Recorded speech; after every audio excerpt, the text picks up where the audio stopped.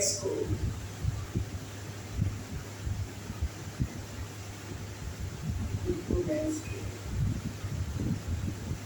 out of 300 75 marks are 25% weighted. 25%. కావున వారికి చాలా ఈ పార్టీలో భాగంగా మనం ఎన్నోసార్లు చెప్తున్నాము. వీడియో ఉంటుంది. షెడ్యూల్ రాజ్యాంగం అమలులోకి వచ్చేసరికి రాజ్యాంగం అమలులోకి వచ్చేసరికి రాజ్యాంగం అమలులోకి వచ్చేసరికి 8 షెడ్యూల్ ఉంటాయి.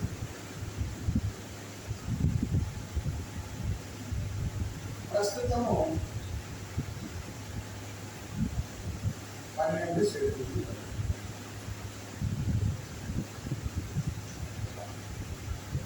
రాజ్యాంగ అమలులోకి వచ్చానికి 8 షెడ్యూల్ ఉంటాయి. ప్రస్తుతం వచ్చేసి 12 షెడ్యూల్.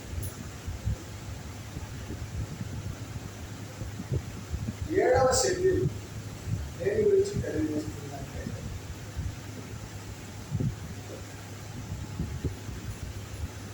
భారతదేశం సమాఖ్య తరహా ప్రభుత్వ విధానాన్ని అనుసరిస్తున్నది కాబట్టి సమాఖ్య తరహా ప్రభుత్వ విధానంలో కేంద్ర రాష్ట్ర ప్రభుత్వాల మధ్య అధికారాల విభజన కావున 7వ షెడ్యూల్ ఏం తెలియజేస్తుందంటే అధికారాల విభజన గురించి. కేంద్ర రాష్ట్ర ప్రభుత్వాల మధ్య అధికారాలు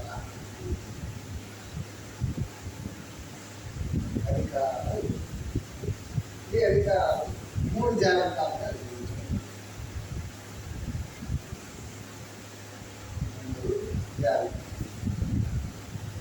అదే ఒకటి కేంద్ర జాబితా, 2 రాష్ట్ర జాబితా, 3 ఉమ్మడి జాబితా.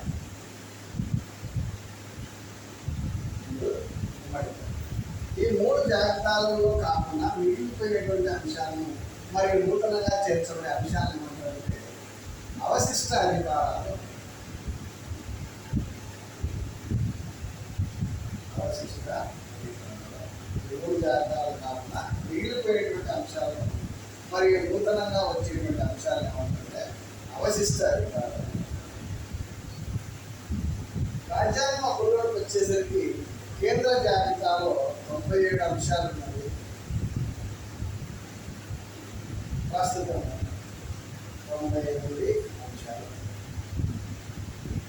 100 చేరినవి. కాకపోతే జిఎస్టి ద్వారా 92 మరియు 92C 92 మరియు 92C అనే అంశాలను తొలగించడం జరిగింది. కాబట్టి ప్రస్తుతం కేంద్ర జాబితాలో ఉన్న అంశాల సంఖ్య 90. రాష్ట్ర జాబితాలో రాజ్యాంగం అమలులోకి వచ్చేసరికి 66 అంశాలు ఉన్నాయి. అయితే 42వ రాజ్యాంగ సవరణ ద్వారా ఈ రాష్ట్ర జాబితాలో నుంచి 5 అంశాలను తొలగించారు.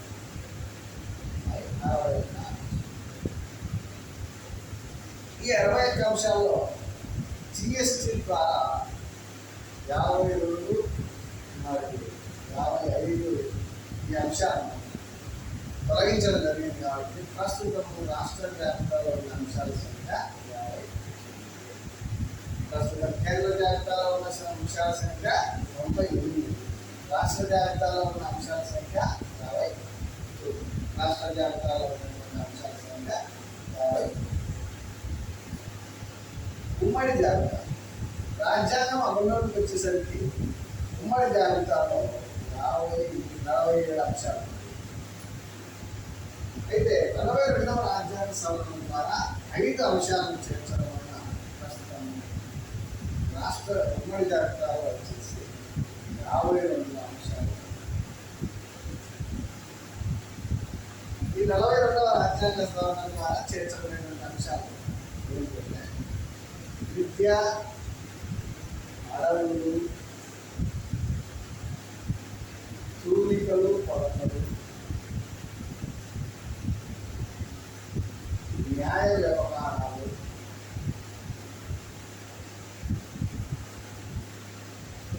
జనాభా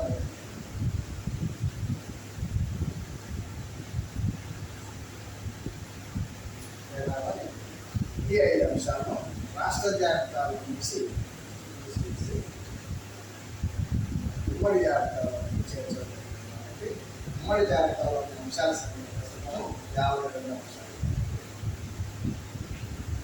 ఈ 3 జాబితాలలో కాకుండా మిగిలిపోయినటువంటి అంశాలు మరియు నూతనంగా వచ్చేటువంటి అంశాలను అవశిష్టాధికారాలు అంటారు. ఈ అవశిష్టాధికారాల పైన శాసనాలు రూపొందించే అధికారం కేంద్ర ప్రభుత్వానికి. అవశిష్టాధికారాల పైన శాసనాలను రూపొందించే అధికారం చేసి కేంద్ర ప్రభుత్వానికి. అవశిష్టాధికారాలపై శాసనాలు రూపొందించే అధికారం. ఉమ్మడి జాబితాలోని అంశాలపైన శాసనాలు రూపొందించేటువంటి అధికారం కేంద్ర మరియు రాష్ట్ర ప్రభుత్వాలు.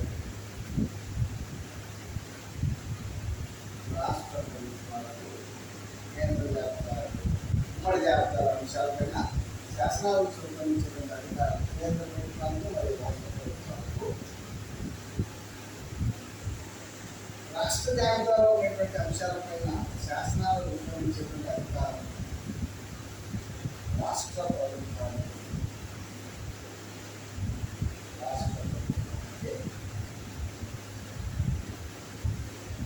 కేంద్ర జాబితాలోని అంశాలపైన శాసనాలు రూపొందించేటువంటి అధికారం కేంద్ర ప్రభుత్వం.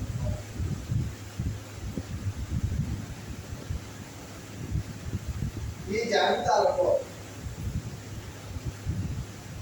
అధికార విభజన అంటే 7వ షెడ్యూల్లో ఎలాంటి మార్పులు చేర్పులు చేయాలని రాజ్యాంగ సవరణ ద్వారా మాత్రమే చేయాలి.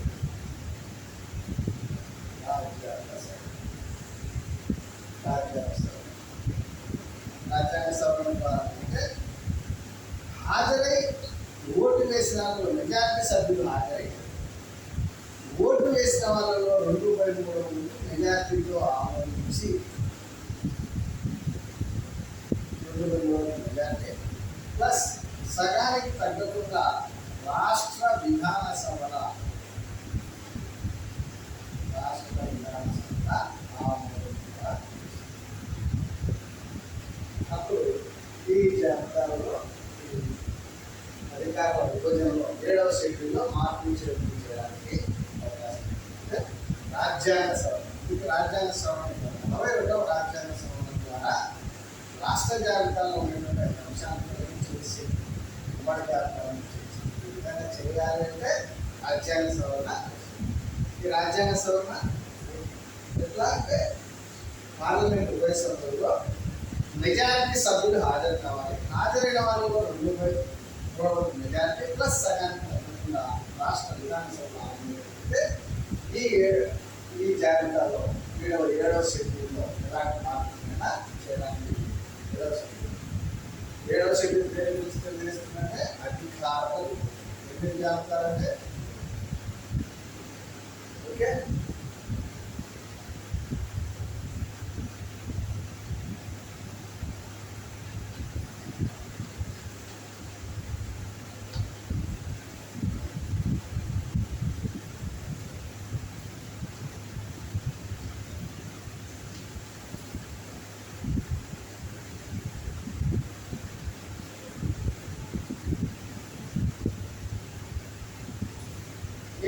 షెడ్యూల్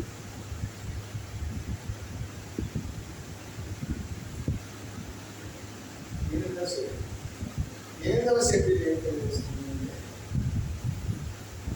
అధికార భాష.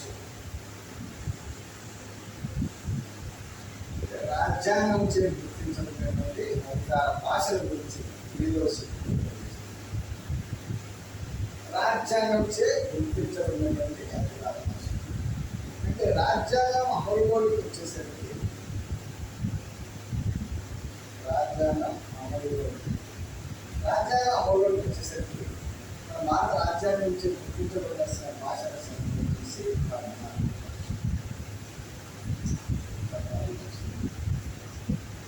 తర్వాత రాజ్యాంగం అమలులోకి వచ్చిన తర్వాత కొత్తగా 8 భాషలు చేర్చారు. 8 భాషలు గుర్తించారు. ఆ 8 ప్లస్ 14. ప్రస్తుతము రాజ్యాంగం చే గుర్తించబడిన భాషలు రాజ్యాంగం చే గుర్తించబడిన భాషల సంఖ్య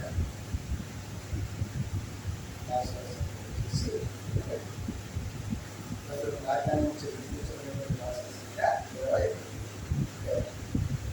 1967లో 21వ సవరణ 21వ రాజ్యాంగ సవరణ చట్టం ద్వారా సింధీ భాషను 15వ భాషగా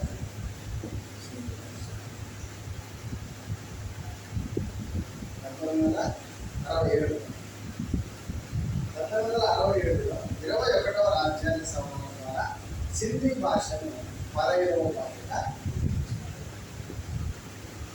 సింధీ భాషలో 15వ భాషగా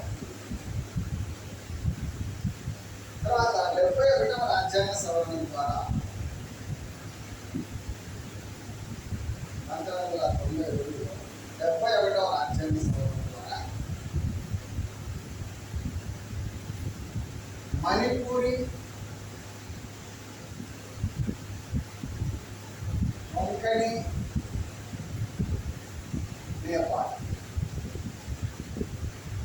17 కొంకణి, మణిపూరి, నేపాల్ ఈ 3 భాషలు 71వ రాజ్యాంగ సవరణ ద్వారా 1992లో 3 భాషలు చేర్చారు. తర్వాత 2003లో 2004లో అమలులోకి వచ్చింది. 2003లో 92వ రాజ్యాంగ సవరణ ద్వారా బోడో, డోగ్రి, ఐథిలి, సంతాలి బోడో, డోగ్రి, ఐథిలి,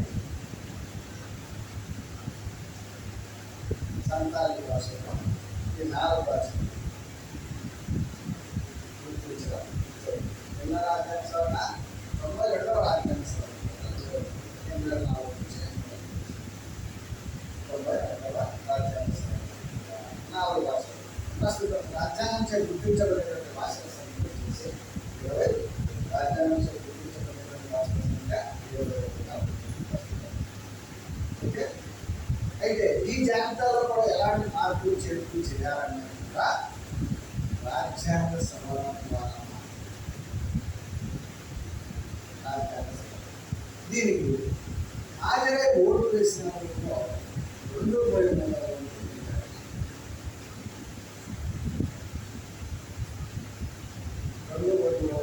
అంటే ఈ 8వ షెడ్యూల్లో ఎలాంటి మార్పులైనా చేయడానికి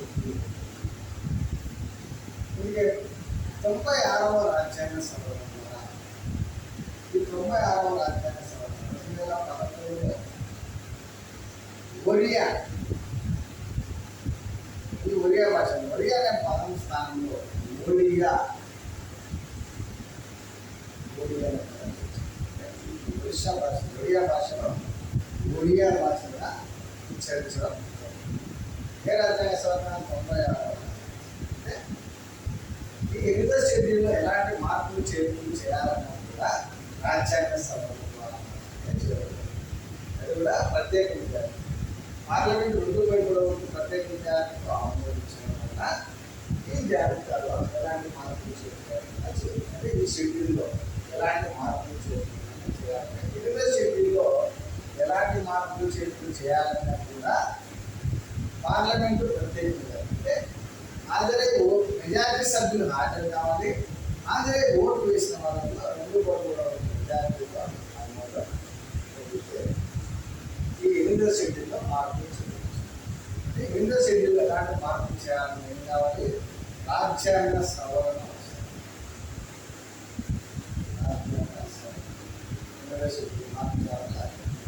96వ రాజ్యాంగ సవరణ ద్వారా 2011లో ఈ ఒడియా భాషగా మార్చారు. ఒడియా భాషగా ఉచ్చరించడం